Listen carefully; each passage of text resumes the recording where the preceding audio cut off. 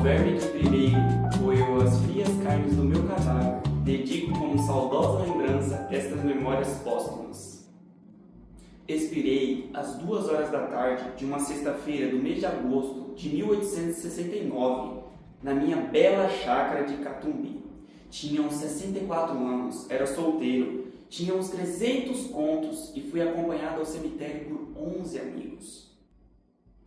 Assistiram à minha partida poucas pessoas, dentre elas uma senhora. Mas antes que conte a história da senhora, permita-me voltar ao começo. Nasci e cresci naturalmente como as árvores e os animais. Se bem que os animais são menos espertos e as árvores menos travessas do que eu era em minha infância. Na noite da independência do Brasil, o país e eu éramos 2 jovens. O povo comemorava seu novo imperador e eu elegi uma nova rainha. Linda Marcela, levei 30 dias e 3 esmeraldas para chegar ao coração dela. Marcela me amou durante 15 meses e 11 contos de réis. Meu pai, assim que soube dos 11 contos, me enfiou em um navio e me enviou a Lisboa a estudar. Voltei a casa quando soube do estado de minha mãe, que logo faleceria. Recolhi-me em luto em um sítio na Tijuca, onde me aproximei da filha de uma antiga amiga da minha mãe, Eugênia. A encantadora moça só tinha um defeito. Era coxa.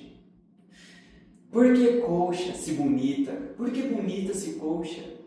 Meu pai me convencera a voltar à cidade sob a oferta de um cargo político e uma esposa. Essa dama se chamaria Virgília. Sim, a mesma senhora que posteriormente assistia à minha morte. Virgília era bonita, fresca, agraciada pelas mãos da natureza. Com ela, não foram necessárias as flores que antecedem o primeiro beijo. Minha história parecia caminhar a um final feliz. Foi então que apareceu Lobo Neves. Homem que não era mais elegante, nem mais esbelto, nem mais bonito ou mais simpático do que eu. Mas foi ele que me roubou Virgília e minha candidatura de deputado. De tamanha decepção, morreu meu pai de desgosto. Poderia lamentar-me, mas prefiro questionar o espectador. Já pensaste na função do nariz na humanidade? Não há órgão mais importante do que ele, nem os olhos que choram, nem as mãos que dão pêsames, ou os braços que carregam o caixão. Poderia dizer que foi feito para carregar os óculos, como a cabeça para o chapéu. Cheguei à conclusão de que, ao olhar a ponta do próprio nariz, se é capaz de esquecer o mundo ao redor e atingir o melhor estado espiritual. Há 2 forças fundamentais: o amor, que multiplica a espécie, e o nariz, que submete a espécie ao indivíduo. Os anos seguintes passei recluso, escrevendo política e filosofia, por vezes me lembrando que Lobo Neves e Virgília haviam casado, ido para São Paulo e que ele já era até deputado. Era 1842, quando avistei ao longe uma mulher esplêndida. Até então, não sabia que tinha voltado de São Paulo. A natureza e a arte haviam aperfeiçoado. Pude dançar com ela 3 valsas e pensei, é minha, é minha. Nosso amor era como uma planta que cresce rápido, inesperadamente. Era de tanta seiva que na primavera desabrochou uma flor na planta. Nos amávamos, agora que tudo nos impedia, nos amávamos. Propus que fugíssemos, Virgília e eu, mas ela negou, por medo ou por apego. Quis naquele dia estrangular Neves, mas não o fiz. Arranjamos uma casa para nossos afetos. Lá, tudo estava acobertado por Dona Plácida.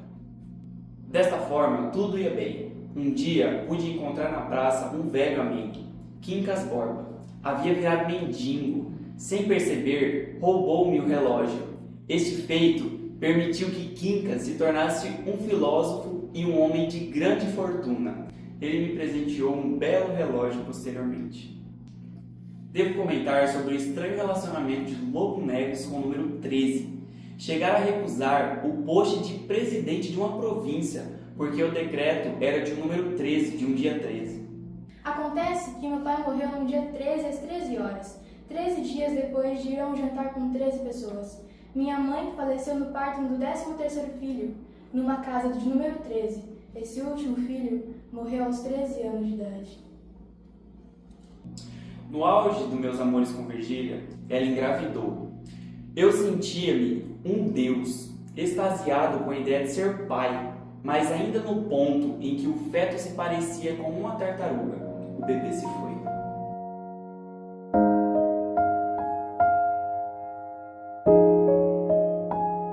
Foi difícil derreter o iceberg que surgiu entre Virgília e eu após o ocorrido.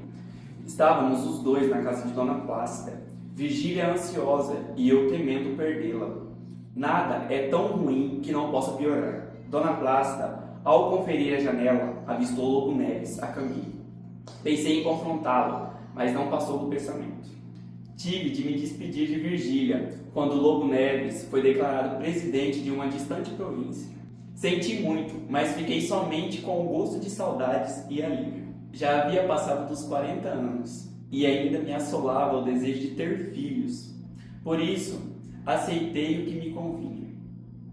Aproximei-me de Damasceno, que desejava casar sua filha, Nhaloló. No entanto, a jovem faleceu aos 19 anos, vítima da primeira epidemia de febre amarela.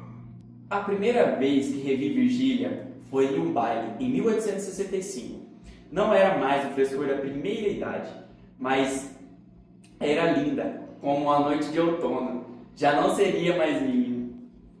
Sacudido pelos temores dos 60 anos, ingressei à Câmara de Deputados, onde não durei com meus péssimos discursos. Depois, filiei-me a uma ordem benemérita, que por um tratado de sigilo me proíbe de contar como ajudei os pobres, como socorri os enfermos, como consolei os desesperançados.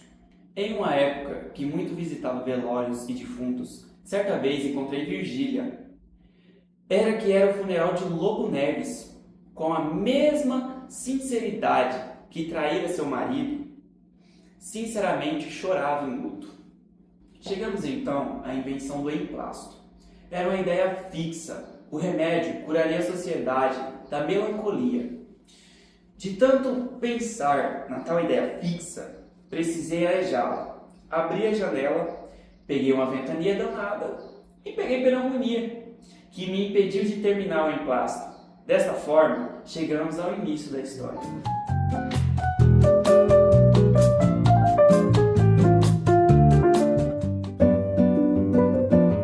Eu já errei, rapaz.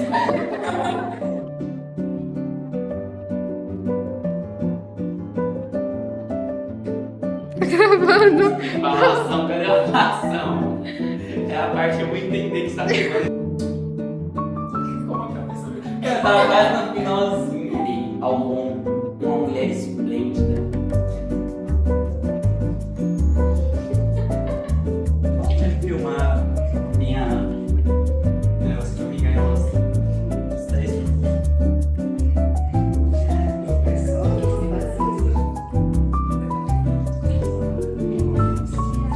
Quando avistei ao longo, mano, preguiça.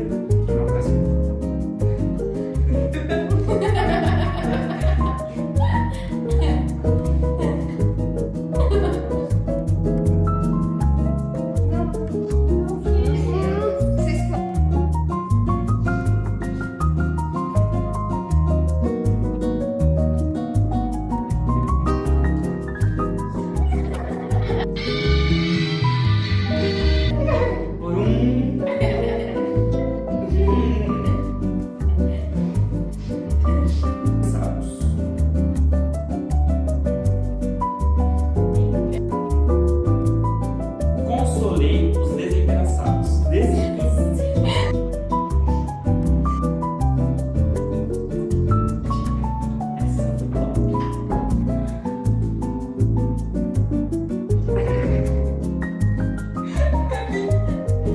Foi boa dessa vez. É que alguém no set de gravação fez. Há uma ordem benemérita que por. Foi a dessa vez.